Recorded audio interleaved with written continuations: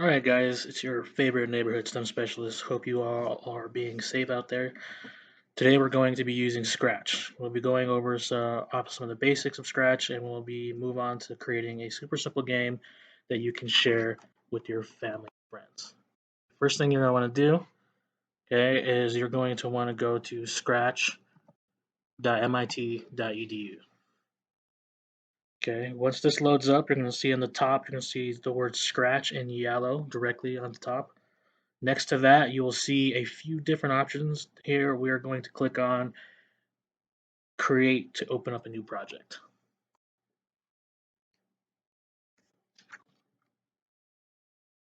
All right, then once this page loads, immediately you'll see a green box right here, okay, that says tutorial on the corner. Feel free to play that video and run through some of the other tutorials when we're finished here. Go ahead and close this green box for now. We do not need it.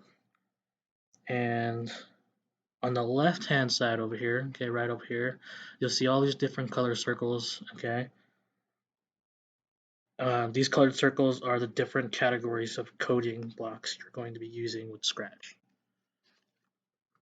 One quick thing to mention, okay, right here in the middle, this little gray section, this space right here is where you'll drag and drop these programs for each sprite and background you will program. On the right side over here, you'll see a blank square with our little cat friend right here. Okay. This little area is where you'll see your programs come to life as well as your backgrounds. On the bottom right here, these two sections is where your sprites and backgrounds live. This is important because you will use this section to navigate between your sprites, if you have multiple ones, and your backgrounds to edit and program them. In these sections, you also see these little circles down here at the bottom. If you hover over them, you have little menus. This is where you're going to be able to add and create your own sprites and or backgrounds. So if you go ahead and click that, it'll give you a menu to choose from, or you can draw your own sprites and or backgrounds. All right here in this section above the sprites, if you have one selected, you'll see the name of the sprite. All this information is very important. Where it is at on the screen, and whether or not it's visible, its size, and the direction it's facing.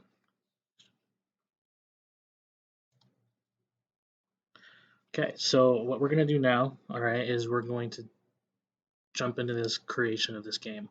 So some of the basics you'll need to know is you'll need to learn how to use some of these motion blocks, and then the looks and sounds, events, and controls in order for you to be able to do this game.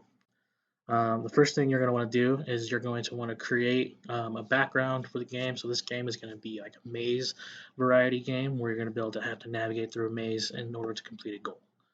All right.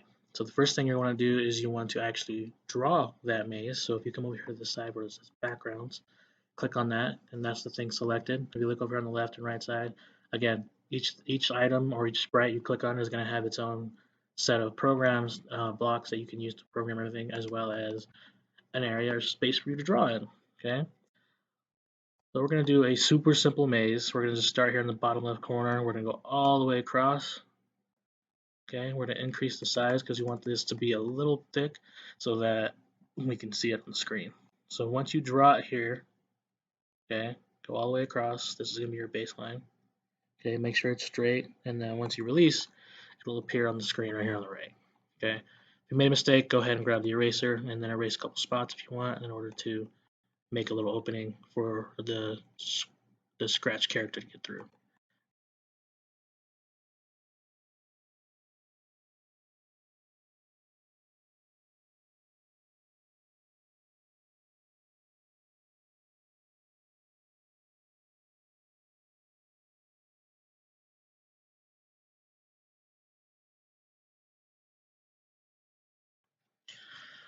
All right, now that you have your maze drawn, what we're going to do is we're going to make our character smaller. So what we're going to do now is going to click on him, and we're going to go size, and the smallest size you can make him is 8. The largest size is 735. Obviously, we don't need him to be that large. Okay, we just need him to be able to fit within side of the maze that we created. So we need to make him a little bit smaller. So we're going to go down. We're going to look at what 50 looks like. and that looks about a good size. So right here, we're gonna have to redraw this line, it looks like, because it looks like he fits everywhere else. Maybe not here. So let's go ahead and make him just a little bit smaller. We'll go about, let's go 35. Okay. So let's see if he fits here. Nope, but he fits everywhere else, which is what we want him to do. Go through. All right. So we're going to put him in this little corner right here. So what we're going to do is we're going to go back to our background and we're going to erase this line. Okay, line's gone. Then we're going to draw a new line just a little bit above where that old one was. All right, he fits. All right, so what we're going to do now is we're going to create the buttons for him to go left and right, and so that he is moving through the maze.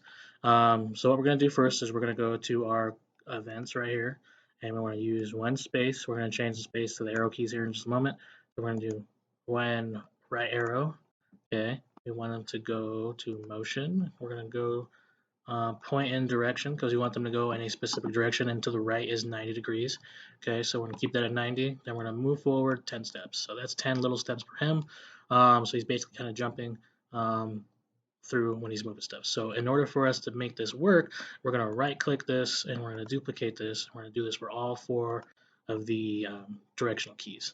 So we're going to change this to the left arrow, okay, and we're going to point in the opposite direction, which is negative 90 degrees, or if you're like me, you know 270 degrees. So we're going to go ahead and move him this way. So he's looking that way, that way. So what we're going to do is, so we want him to kind of change direction left and right at least when he's going any specific direction. So for these left and right keys, what we're going to go to is we're going to go to looks. We're going to go to switch costume to. So I want this costume to go to number 3 for this one to make him look like he's looking left. And then for costume number 1 to make him look like he's looking to the right. Okay. So we're going to go and try that out. Look, oh, he's looking both ways now. Cool. So the next thing we're going to do is we're going to do the up and down arrow keys. So we're going to just do right click, duplicate. We're going to move this down here. We don't need this costume part anymore, so we're just going to move that out of the way. And we want this to go up. So we're going to change this to the up arrow. And so up arrow is 0. Okay. And then 10 steps. And then we're going to right click, duplicate this guy. And then we're going to go down, which is 180 degrees. Okay. And then we're going to go, all right. So we're going to try him out real quick, make sure that he's able to move. Oh, I forgot. I got to change this to the down arrow. Okay. Moving through your maze. Okay. So now that that is good, what we want to do is we want to set up some rules so that people can't just run through the maze. Okay. So we want to set up so that when it hits the black or any other color that we put in here for it to not touch. So black for right now. So we're going to go to, let's see here, control, if touching. Okay, so this is where to put where the color is going to go. We're going to go to sensing, and then we're going to do touching color. Okay, we're going to put that right in that box. We're going to click on this color, and instead of going through and looking for everything, we're just going to click on the color we want, which is black. Okay. Then we want it to go back to this position it's at right now. So what we're going to go to motion, and we're going to go to X to negative 211 and negative 157 because that's where he's at right now. And if you look at your character on the X and Y plane right here, that's exactly where he's at. So if you have him in the spot that you want to return to, it's going to be easy as dropping that block in. If you don't have him where you want, you're going to want to move him, or if you know the position, the X and Y coordinates, by all means, enter it in manually. Okay, so we want this to happen all the time. So what we're going to do is we're going to go to Control, okay, and we're going to put the forever command around this because we want this to happen all the time. Okay, so right now this doesn't have an action for it to start. So what we're going to do is we're going to go to Events, and we're going to put when this is clicked. So you're going to have to click this little green Go button to start most of your games. So you're going to have to go ahead and click that. So once we click this, this becomes an active thing. And whenever we touch a black part, okay, he goes back to the spot. Okay. So as you saw right there, we may have to make him a little bit smaller in order for him to fit through all this. Or we can go through and erase some of the stuff. I think making him smaller makes our life a little easier. Let's go ahead and make this 25. And we're able to move through this location here, which is where the same one where we're going to be finishing out on the opposite end. Okay, so you can't jump over, you can't go through, and every time you touch the black, it goes to the beginning. Okay, so it's a good little rule there. We're going to click stop while we're doing this, and then we want to make an end game. So what basically we want, obviously the game is going through the maze, and then we want to put something here in order for the character to react, either go to a new page or to finish the game.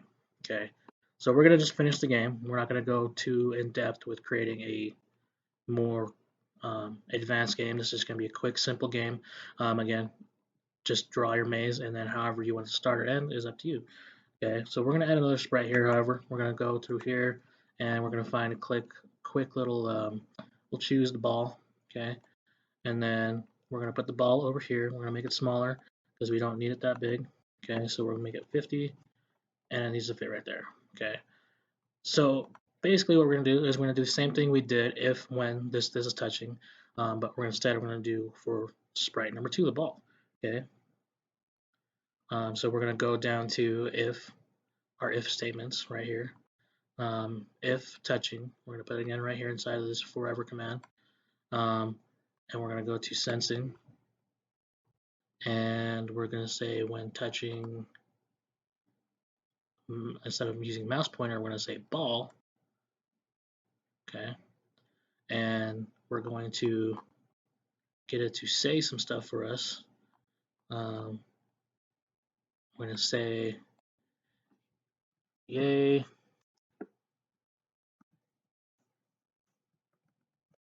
you won. Okay, so with that being said, we're going to go ahead and give this game a start and see if that works. So we're going to go ahead and push play. We're going to go through the maze. Okay, there's no cheating here. Go through.